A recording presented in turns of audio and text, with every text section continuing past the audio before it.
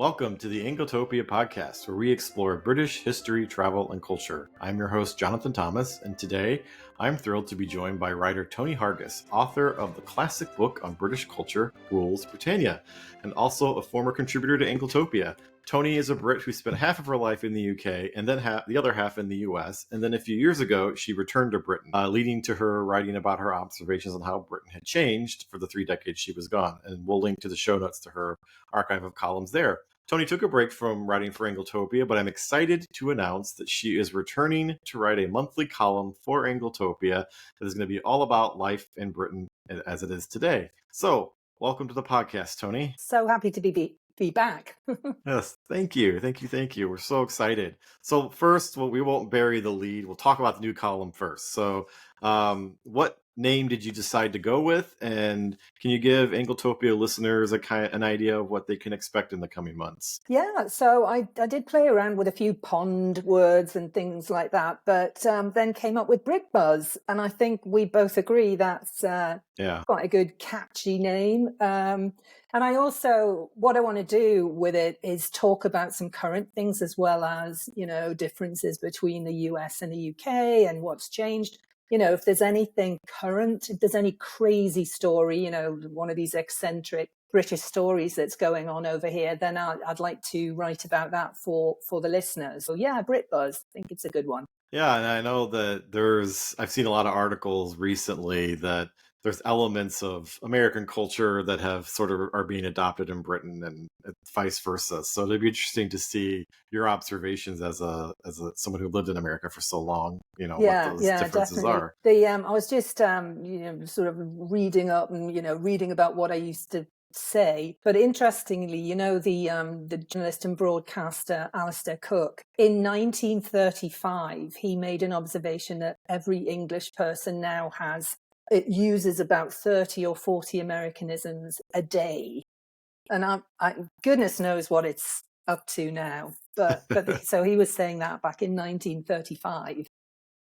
Well, good. So we will link in the show notes. We're going to time the release of this episode to her first column. So no pressure there, Toni. And then, let's talk about Britain right now. Let's talk about the weather. You're having a heat wave. Yeah, we are. Yeah, it is a heat wave. We had the hottest 1st of May on record, and I happen to live in the hottest place in the country at the moment. Today we're at 28 Celsius, so that's high 80s at least, and we have no air conditioning. And the country is just not equipped for this kind of weather, but it's getting more and more common. So and it's the humidity, right? That's what gets you. It's not too bad today, but it's just, and people, unlike in the rest of Europe, in Spain and Italy, we don't know that you're supposed to close the drapes and all that sort of thing. So, on the news, it's telling you how to try and keep your house cool. Because Brits just open all the doors and windows, and actually you're letting the hot air in. So we've got a big learning curve. Well, that's it's unusual for it to be this warm and sunny this early in the season. This early. I mean, the summers are definitely getting hotter, but when you think it's the beginning of May, it's like, oh my God. And we didn't even have April showers. I think we had the driest March on record. We didn't really have a lot of rain in April, so everybody's gardens are dying, and it's going to be a sunny and hot bank holiday weekend, right? And I'm going into London on the tube tomorrow, so that should be really pleasant. So you're going to get even hotter. Yeah. Take lots of water with you then. Yeah, that's what they do. I don't know whether you remember, but one thing I did notice on the tubes and on the trains, some of the announcements are, buy some water before you get on this train. Well, I something interesting about the tube that I read is that London's clay actually stores the heat, so that's why the tube actually gets so much hotter than the rest of London is. Yeah, it stores the heat, so now that it's hotter earlier, it's going to store that heat for longer. So it'll be lovely. And I've got to go on the Northern Line, which is one of the oldest. It's the worst one, yeah. It's not going to. It's too far to walk. I usually just get off. I get my train into Waterloo Station. And then usually I just walk across the bridge and then walk to but this is a bit too far. So Tube it is. Well, take lots of water. Yeah. So, well, let's talk about your book. Now, your book is, sadly, your book is out of print, but it is available in ebook. And so I consider this one of the classic Wow, books on that's British kind. culture. One of the ones I read as a young Anglophile back before we started Anglotopia. And so it's a great primer on British culture. And so it came out in 2006, and it's easy to find secondhand. I'm happy to report you can easily find it, and it's available on ebook. But when you look back on the book and the content in it, how is it holding up to British culture now? It's not too bad, because a lot of the beginnings of each chapter, because I do chapters, it's almost like a what to expect. So I do schools and houses. And so a lot of the generalizations still apply. But then, if you think about it, there was very little internet stuff then. So the technology has moved considerably. And I just picked a page and I had written about call waiting. Do you remember when we used to be on the phone and you'd get call waiting and you had to say to your friend, right, I've got another call coming in. And Brits didn't do that. They used to think that was really rude. So that was one of my comments. That doesn't really even exist anymore, does it? No. So in terms of holding up, it's more because of the developments rather than things are necessarily incorrect. They didn't exist. Some of the things, in 2006, they just weren't issues. But it is interesting. And things like, I write about that there's a north-south divide, the same as there is in the States, except the north is the poor relative here. And it's definitely the same, if not more of an issue because of finances, and people think that the UK is very London-centric. So those sort of things were interesting to sort of to go back and look at. And then there's customer service, which I've written a whole chapter about customer service, and I said, Americans are always disappointed with the customer service here, and it's still not great. Yeah, I would confirm that, but I would never criticize. No, I mean, when I go to restaurants in London, and you can sit for ages before someone comes up. And I keep saying to my friends, they should offer us a drink. They're losing money. They should give us a drink and then give us, 5-10 minutes to look at the menu. But they don't. They just sit you down, and then 20 minutes later they come back. So that's... Oh, yeah. Oh, by the way, you want some food and drink? Yeah. So that kind of thing. I mean, even in really nice restaurants too, like where you would expect a higher level of service, just like you're being ignored. And I get that they don't want to rush you, because, the opposite happens in the US, where, they're trying to turn the table. But yeah, you could just die at your table and no one would realize. Yeah, I know. I've had many meals in Britain where you've eaten, the service was okay, but then like you're done and you're like, okay, well, I'm ready to move on and leave for the evening. But like getting that final bill at the end is becomes a quest to get the attention of the wait staff to get to pay to leave. It really is. And I have been known to just get up and go find somebody. And, that's when my mother or my family members will say, oh God, she's being an American. Yeah, I've got a good friend who we go to dinner with quite often when we visit, and he has no patience for bad service. So he's very American about it almost, or he's always getting the attention of the waitstaff and making sure that everybody's happy. And it's beautiful to see in action, because you're like, I wish I had the confidence. So you mentioned technology and you mentioned call waiting. So that brings up a topic I think is actually really interesting. That's different. And that's WhatsApp. How the British have adopted WhatsApp. Yeah. Oh God. Yeah.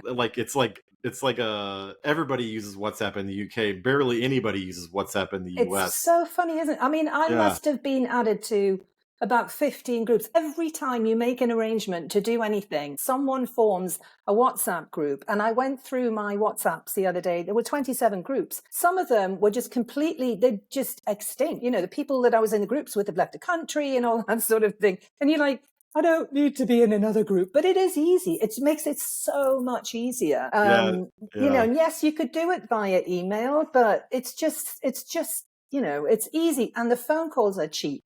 I mean, free, so, and that's why a lot of people use WhatsApp as well, because it's free, so. Well, that's what's funny is, and that created a whole culture of etiquette around WhatsApp because, Yeah. like you said, you've been added to all these groups, but the last thing you want to do is leave a group because everybody knows about it. Yeah. Or you have to explain why. Yeah.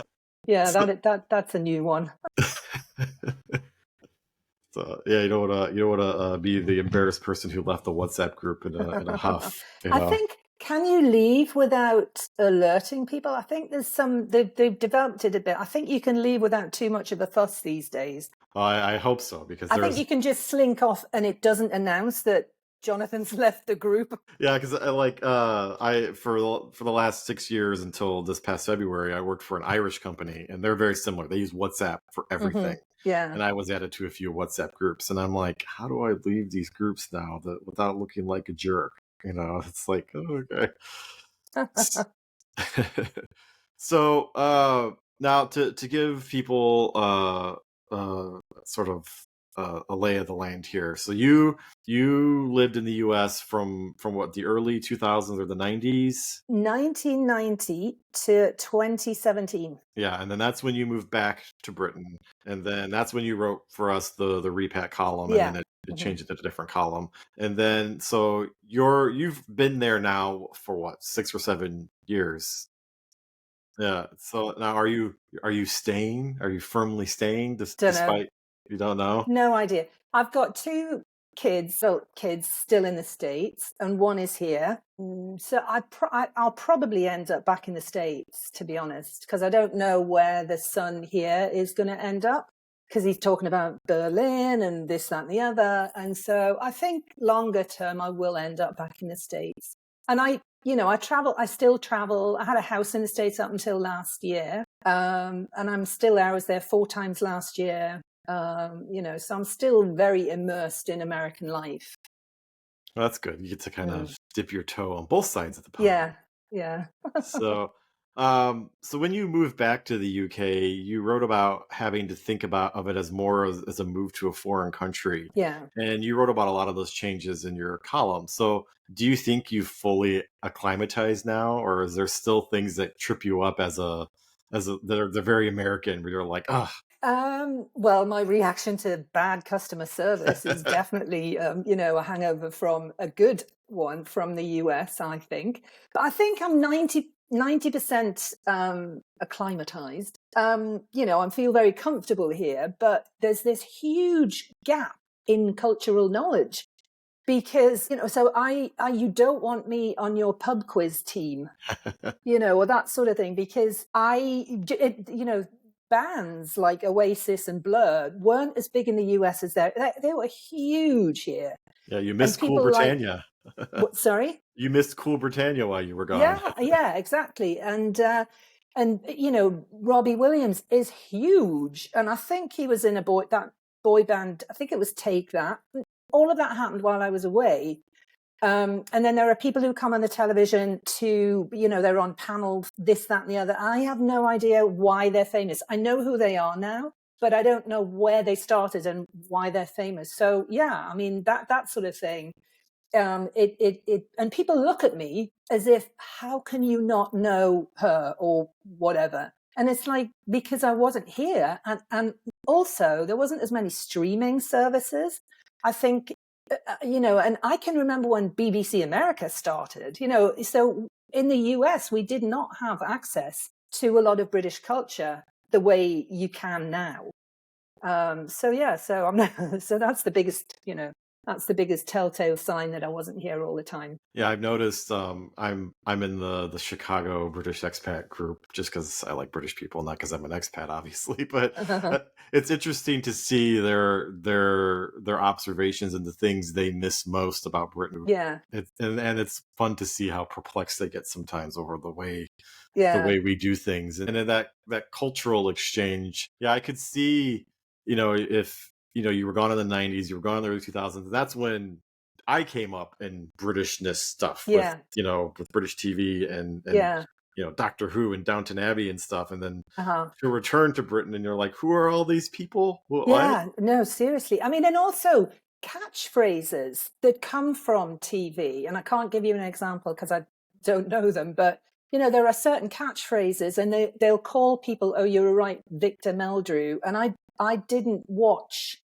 the shows that they refer to, so that goes straight over my head. One of these days I'll Google them all, but that sort of thing goes straight over my head as well. Yeah, I feel like as an Anglophile, I've spent, the last 25 years playing catch up for all the things I don't know about Britain. So it's like I try to watch every British TV show I can just so I can get the references. And Yeah. I'm still probably haven't scratched the surface, No. And things like, the other thing is, this came up the other day, my kids like the band Blink 182. And I said, Blink 182. And all my friends looked at me and went, "What?" And I said, "Oh, have you not heard of them?" And they said, "Oh, yes, but it's Blink 182. And so Americans say 182 because the band says that's how they say their name, by the way, because I did Google that one. But yeah, and the other one is the car. Do you remember, how do Americans say Hyundai? It's actually supposed to be like a Hyundai. But the first time I said that in the UK, everybody just thought that was hilarious because they say Hyundai. And interestingly, the new adverts, they're correcting the Brits, because it is Hyundai. It's more like that. It's more like the Americans were saying it, so I'm smug about that one.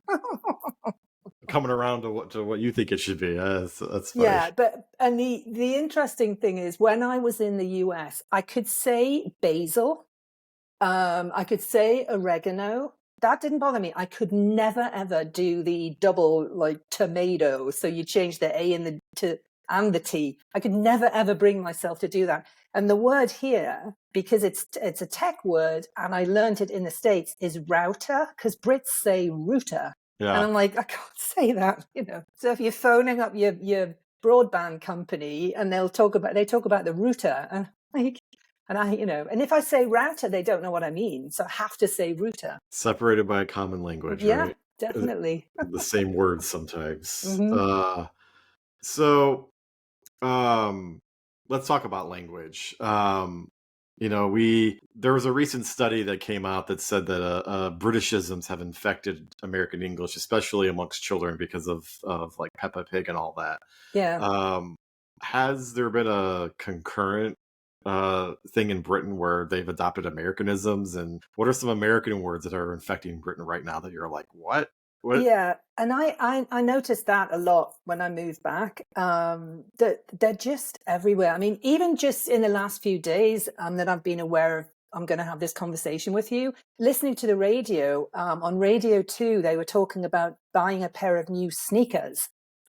It's like, what happened to trainers? Yeah. So that word is almost ubiquitous now. People just say, and cookie. They are probably the two words that people just say now. I can't remember the last time I heard biscuit. It's just cookie. And that's definitely changed over the decades. But, another one I heard this morning was a rock and a hard place. And that never used to be a phrase.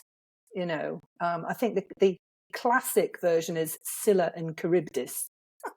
But Brits never used to say rock and a hard place, and they say bangs for your fringe. That's quite a common one. And then, a couple of weeks ago when Heathrow Airport went down for 24 hours, everyone was calling it an outage, and it used to be called a power cut. Yeah. And everybody on the news, it was all referred to as an outage, which I thought was really interesting, The bizarre thing about that is they still don't know why that happened. Yeah, no, they don't, do they? But culturally, prom is huge. I mean, all the kids do prom with the limos and the dresses. They don't do all the little details, and I don't know whether they have prom king and queen, and they don't do as many of the details that Americans do, like the corsage and all that sort of thing. But prom is huge, as is coffee, as you've probably found out here. Yeah. Everybody's drinking great big, ventis or whatever. I mean, the coffee places are everywhere, and not just the American brands. There's a lot of British coffee brands, chains as well. So that, there's probably, I don't know what the statistics are, but I wouldn't be surprised if as many Brits drink coffee as they do tea. How un-British coffee. I know. But a lot of people that I know have the smaller espresso machines, so they're making like more continental coffees. Fancy coffees, right? Fancy coffees, yeah.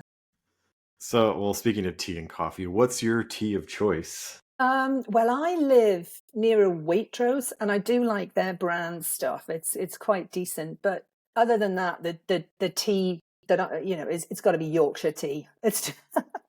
I mean, I'm from the north. They don't make tea from as far up as I am, so that's the nearest one. But Yorkshire tea is really good tea, and they have really good ad campaigns. So they've got Sarah Lancashire, and I don't know if you watched Happy Valley. Highly recommend Happy Valley. And she played a police woman, and they've got her on the Yorkshire tea commercials in the character from Happy Valley. And someone's lost their biscuits. Someone's stolen from somebody else's drawer, so their ad campaigns are really good as well. So yeah, and I do like the odd cup of Earl Grey still. But interestingly, my favorite ever Earl Grey was from Argo Tea. That chain. I don't know whether it's still around in Chicago, and they did an Earl Grey, and it was extra creamy. It was so delicious, and I've never matched that.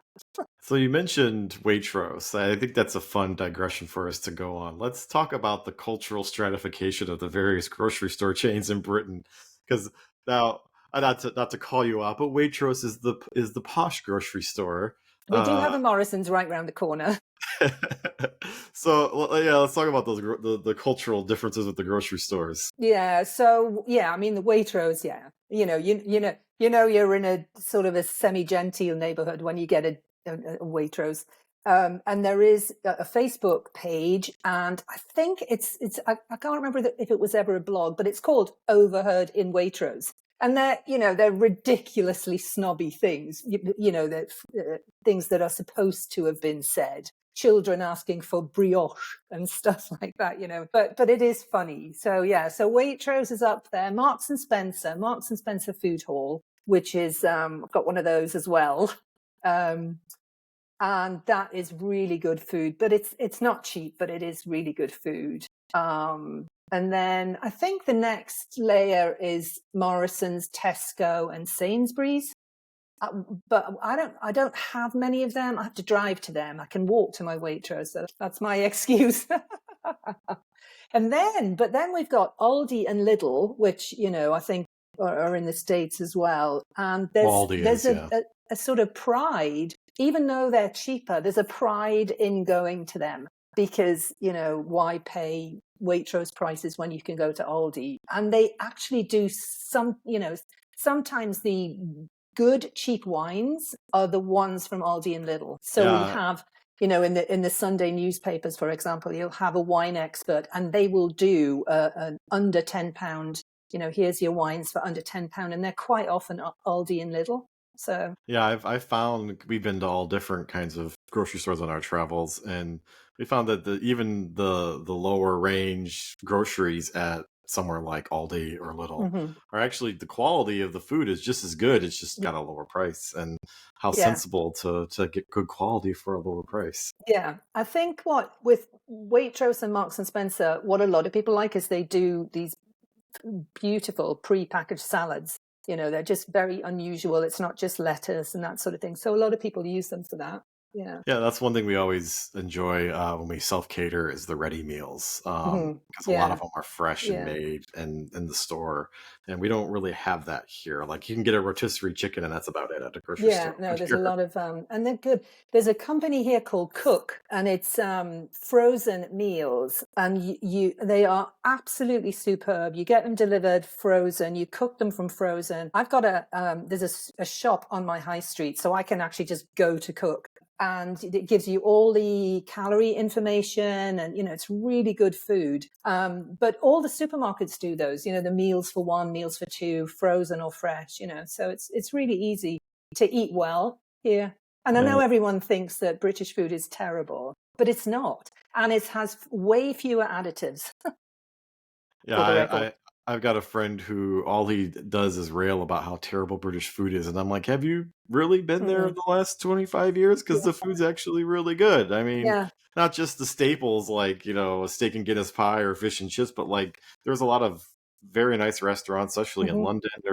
And even when you go into the countryside and travel to smaller towns and villages, there's usually nice restaurants that serve local, well-made produce, and you don't really the see that a lot gourmet here. pubs, it's sort of it's calmed down a little, because it used to be there were gourmet pubs all over the place, but there are still quite a lot of country pubs that are renowned. People go for miles because the food is so good, which, decades ago, that was not the case. It wasn't. So, that Britain used to be bad food, but it's just not anymore.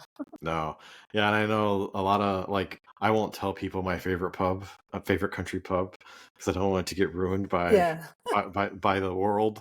But like, one of our favorite things to do is to go to a country pub on a Sunday and then go for a walk at a National Trust property. And it's really easy to find a good quality country pub that's renowned in the local area, that makes fresh ingredients, and you can have a good hearty meal, and it won't cost a fortune. Yeah. Well, sometimes it costs a fortune. I mean, the prices in London are just eye-watering. But I have found in recent years, America is not as cheap as it used to be. So I don't know whether Americans coming here would find it as expensive as they used to, but London's not cheap.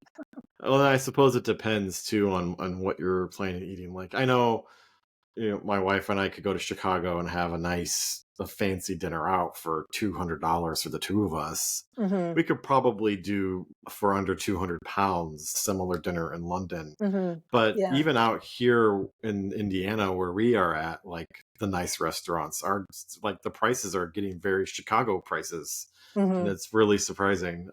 Do you find that the prices in your local community are kind of on parity with London? Yeah, because I mean, I'm living in one of what they call the home counties, so it's a commuter county around London, and it's just as expensive here.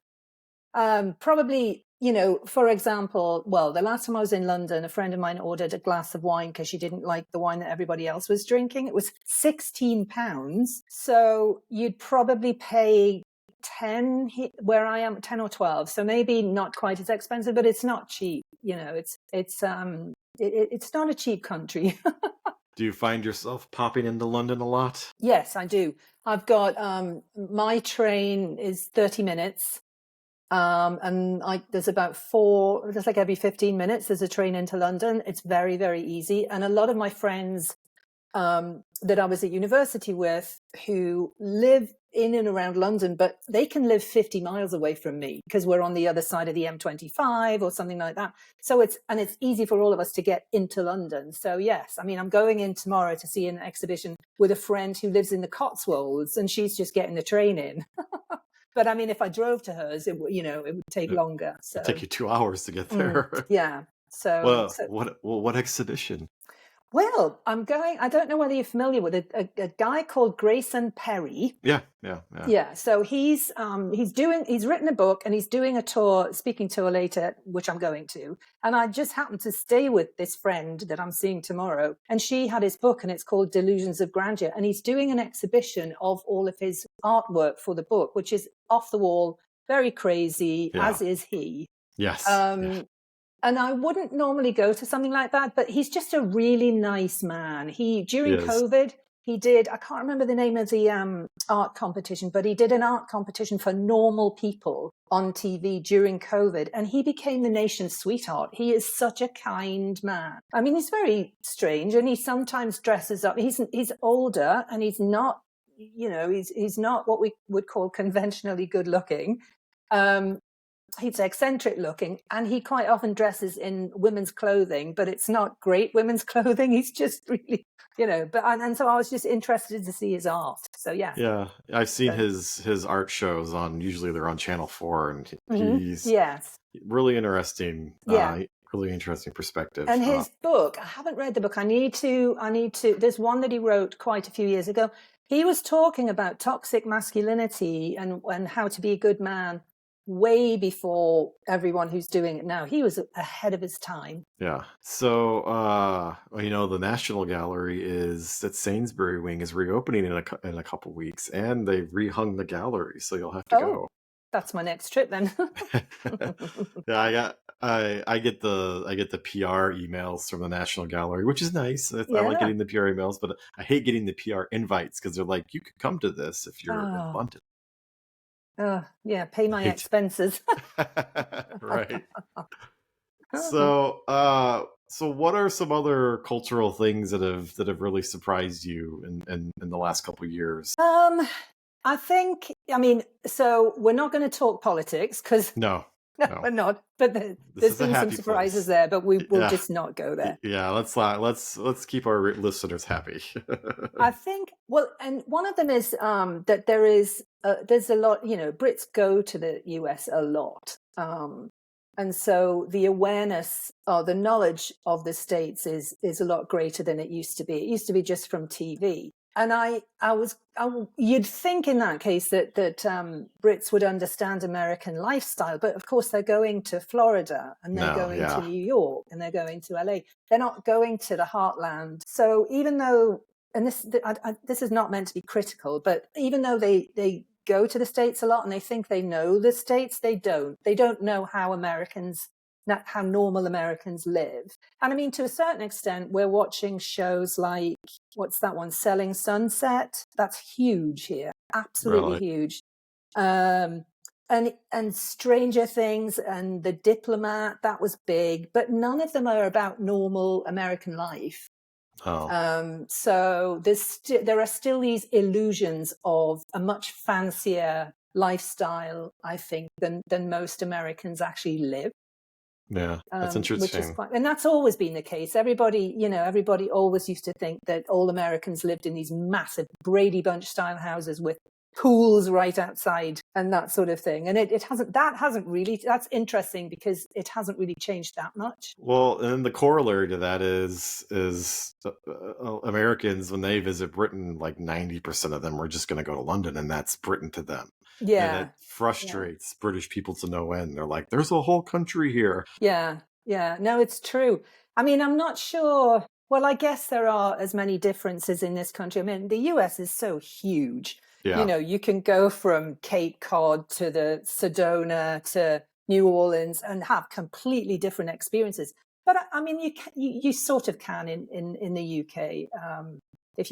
Especially if you go to Scotland and then London or something like that. Yeah. But yeah, it's not, London isn't the way we all live. I mean, some of us do, but it's full of tourists anyway. Yeah, that's the thing is good luck finding a lot of British people in London because there's so many tourists. It is packed from about now. Well, Easter all the way through to the end of the summer. I remember last summer I went and I got the tube to Piccadilly Circus. Couldn't get up the stairs. There were so many people just trying to get up and down and just milling around Piccadilly Circus. You couldn't actually get up out of the tube station. And it was also like that at Christmas when they switched the lights on in Regent Street. And I just made the mistake of going in on a Saturday evening. And we were literally shuffling through the streets. It was packed. Yeah, that's why we tell people, if you're going to do London, do the bumper seasons, do the... don't go in the summer. It's going to be hot and there's no air conditioning. So go in the bumper seasons, be less crowded, and we also were big advocates of telling people just to get out of London altogether. Yeah. Britain has several world-class cities with plenty of history and heritage. Yeah, it doesn't have Buckingham Palace or the Tower of London, but there's still plenty of interesting things to see and do. You just gotta get out of London. And you can, I mean, there's some places you can get to Cambridge in an hour. Mind you, that's full of tourists as well in the summer. But I would have said Oxford, but that's even worse. The last time I went to Oxford, I went in and drove straight out the other side because we couldn't even get parked. That's why they're like, use the park and ride. And I'm like, the park and ride's really confusing to Americans. I'm sorry. Yeah. Yeah. But yeah, train is great. I mean, and it's not cheap, but you can get travel deals. You can get all sorts of, if you combine this, that, and the other, or if you're traveling 3 or more people.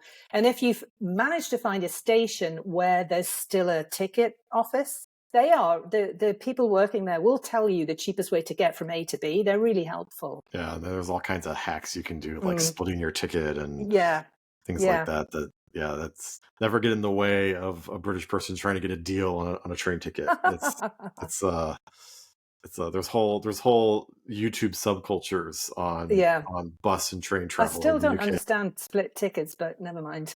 You don't have to understand it. Just go Do with it. it. Just go with it. Yeah. Well, I use Trainline. I find very easy, so I can just go on Trainline, find out when my trains are. You can actually buy them, Yeah. on Trainline, and they're always banging on about split tickets. So yeah. Yeah, that's the thing is as I love Trainline as well. It makes it super easy to just to get tickets to where you go. But if you talk to real rail nerds, they're like, never use Trainline. Oh, You're really? overpaying. You book Oh, yeah. No, directly I with don't. Yeah. book Well, directly with the railway. that's right. There was a case last year, and it was awful. Actually, this young kid, he was only about 17 or 18, and he bought his ticket on Trainline. And for some reason, something went wrong. He either got on the wrong train or something, and then he got fined. And he tried to appeal it, and the fines kept going up. So he ended up owing about £300. And the one of the decisions at the end was he didn't have a physical ticket. And if you buy through a third party, you don't get the ticket. It's online. So that's one of the reasons why I get a ticket when I go to the station, because my luck, that will happen to me. Yeah, it's always the edge cases that can catch you up. So you mentioned being detached from British culture and British TV for so long. Have you played catch up, or what are some of your favorite TV shows you've watched in recent years where you're like, oh, I finally understand that reference? There weren't that many, to be honest. I mean, I came back. There's still a few of the same characters in Coronation Street and EastEnders, and you just think, hang on a minute, they're still alive. I did not get sucked back into watching those. But I mean, there's been some great dramas on, and there was, I think the second series or whatever of Happy Valley came back out when I was here, so that was a good one to watch. But to be honest, what I went back to watch was Yellowstone, because I know I hadn't seen it, and everyone was going on about Yellowstone. And the other one that there was so many people said you have to watch Ted Lasso, and Yeah. I binged that here, and it was really, really good. I wish I'd watched that one earlier, but yeah, no. So I kind of just binge things if there's an end to them. I'm not going to binge something that I binged what was it, Virgin River. Have you been watching Virgin River? It's so schmaltzy, but yeah. No, I've really enjoyed the drama, and I've also got a subscription to the National Theatre at Home. So they've put a lot of the really good plays online, and it's not that expensive. It was like £90 for the whole year. I think we could get that here as well. It's and that I've been watching quite a lot of that stuff, so that was really good. So, but I've been going into London to theatre. So well, I mean, you're there. Why not? That's been my treat to myself. So I've seen. But I saw things like I saw Sarah Jessica Parker in the Plaza. What's it called? Plaza Suite. So it's not all English stuff, but yeah, no, I've seen some really good stuff. Yeah, and I know there's some really good plays with some big names coming down the line in the next few months. And there's one called, and it's just been extended, and it's called Operation Mincemeat. And yeah, they made a movie about it years ago, and I went to see that. I don't even like musicals, and I didn't know what I was watching. It is really good, because there's only 5 of them on stage, and they do all these different parts, and it's really, and it's funny in parts, and it's highly recommended, and they've just extended it. It's so bizarre that they turn a story about a cadaver into a fun musical. I know. If anybody could do it, it's the British. But it's there's baffling. A reason why my friend didn't tell me the plot, or she did, because I would have thought, oh, I don't think I want to see that. But no, it was really, really good. The movie's really good, but it's not a musical. It's just a straight historical drama. I mean, for the most part, there's only one part in the play that it is quite moving. And it's when they're writing the letter from this pretend person, and one of the women it's somebody's secretary, and she starts saying she starts writing it, saying what the words should be. And you suddenly realize that she's talking about her own fiance who never came back from World War One. And that you could hear a pin drop. I mean, that, and the actor, it was actually a guy dressed up in pearls because they were doing all these different parts. And everybody on stage was crying as well. It was really moving. But other than that, it was almost farcical. So have you done witness for the prosecution at County Hall? No, I haven't done that one. Highly recommend that one. Okay. And if you want to be in the play, you can get a jury ticket. Well, yeah. And then you can participate in the jury as they're deliberating the outcome of the trial. Ooh. And you get to see County Hall, which is a treat in itself. So. Oh, that would be good. And on the National Theatre one, they've got Jodie Comer's Prima Facie, it's called, and it's just a one-woman show. I don't know how she does it, and that's going. I think she's touring with that. I think she's touring globally with that. So they've got that one on there. That was really good. So, well, back to your book now. If you were writing this book now, what are some additional chapters you would add to it that now that you have all this experience having moved back? I think I'm trying to think back at, what I was writing about as a repat, but I think, there's a chapter, and this is, just to remind listeners, this is a book I wrote it for people who were sort of moving here rather than just a straight tourist book. So there are chapters about bills, utilities. And I think that was one of the hardest things I had to deal with when I came back, because I just didn't understand the TV setup. I didn't understand the companies and that sort of thing. I didn't know who. And then like my utility bill, my gas and electric is combined. And then I have a smart meter. Smart meters are huge in this country. And they basically are a little ticking, like a little ticker tape thing that you have on your countertop, and it tells you to the second how much energy you're using. So you almost want to put it in the trash. But so that kind of thing is very different from what I was used to in the US. And then shopping is all not, and there's not, online shopping is pretty much the same. But I remember one of the first times we went to a supermarket here, and we were at the checkout, and the woman handed me a green disc, and we're all looking at each other going, what is this? And I said, let's just leave. Come on. And I had to text my cousin to say, what do I do with this green disc? And it was for charity. So you just choose your charity and drop it in there were 3 sort of bins, and the charity with the most green tokens, the store would give some money to. That was all. I had no idea. And there's just things like that. And, the supermarket trolleys, the carts, you quite often have to have a pound coin.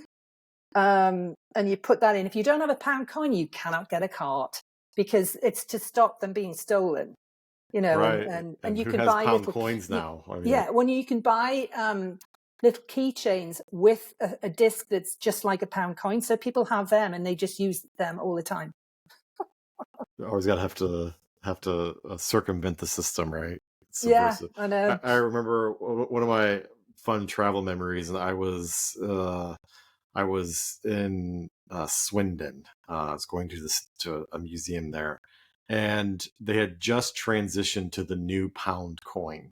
Oh God. And the car park was paying display. And so they had to pay a guy to stand there and basically trade the old pound coins for the new pound coins. So the new pound coins for the old ones, so they would work at the machine. And all I can think is, this is the most British solution to this problem I can imagine. Just paying somebody to take the new coins to give you the old coins.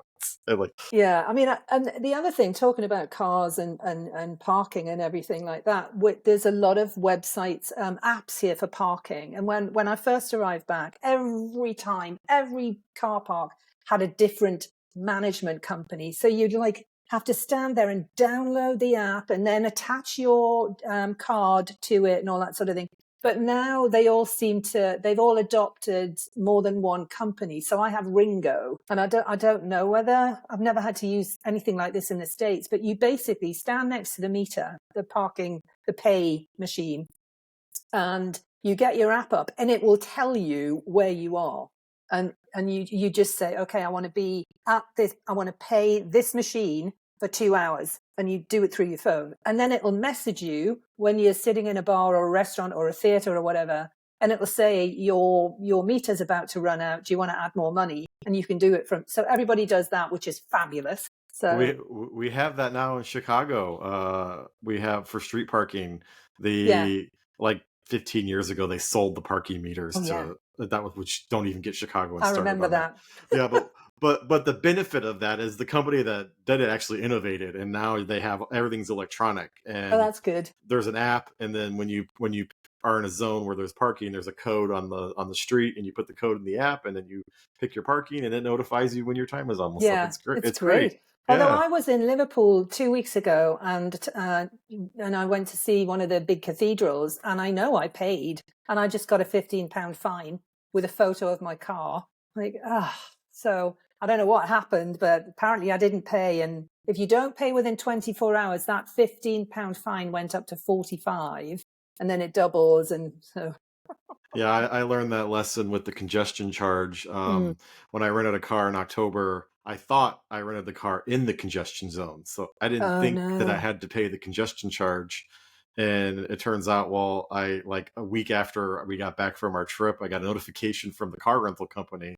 They're like, you drove into the congestion charge zone, and it's £140 fine. They're like, please call us back and give us your credit card. And I'm like, £140? It's only like £12 for the congestion charge. Yeah, what? No. It's got to be careful with that stuff. And we have also now not just congestion, but we have ULEZ, ULEZ, and it's basically if you have diesel cars or you have older cars that aren't compliant with the emissions, and you have to pay, I think it's £12 to go into ULEZ zones as well. So everybody with an old car is not happy. Well, that's the thing is the used car market in Britain is really weird, because used cars are so devalued now. Yeah. Because of that, because they can't pass the emissions testing, which is wild. Yeah. Weird cultural, and no one wants to hear talking about cultural car emissions. So, wrapping up, what can Anglotopia readers look forward to in your new column in the coming months? What are some things that you want to write about, and how can they get in touch with you if they have a question? So I would like to do what I have always done, is take a topic, and it'll be either something that bugs me, like customer service, or it can be something that's been in the news, or that there's a new change coming in, and I'll write about what's happening in the UK, and maybe a comparison to the US if it's relevant. If it's not, then I'll just tell everybody what's going on. And as I said, give them the skinny on any local eccentric news, like, Morris dancing is always a good one, or there's cheese throwing competitions, and there's all sorts of stuff, especially in the summer. So I'll be doing something like that, but I'm also open to suggestions. So if anyone has a question or wants me to look further into any kind of topic, I'm more than happy to do that.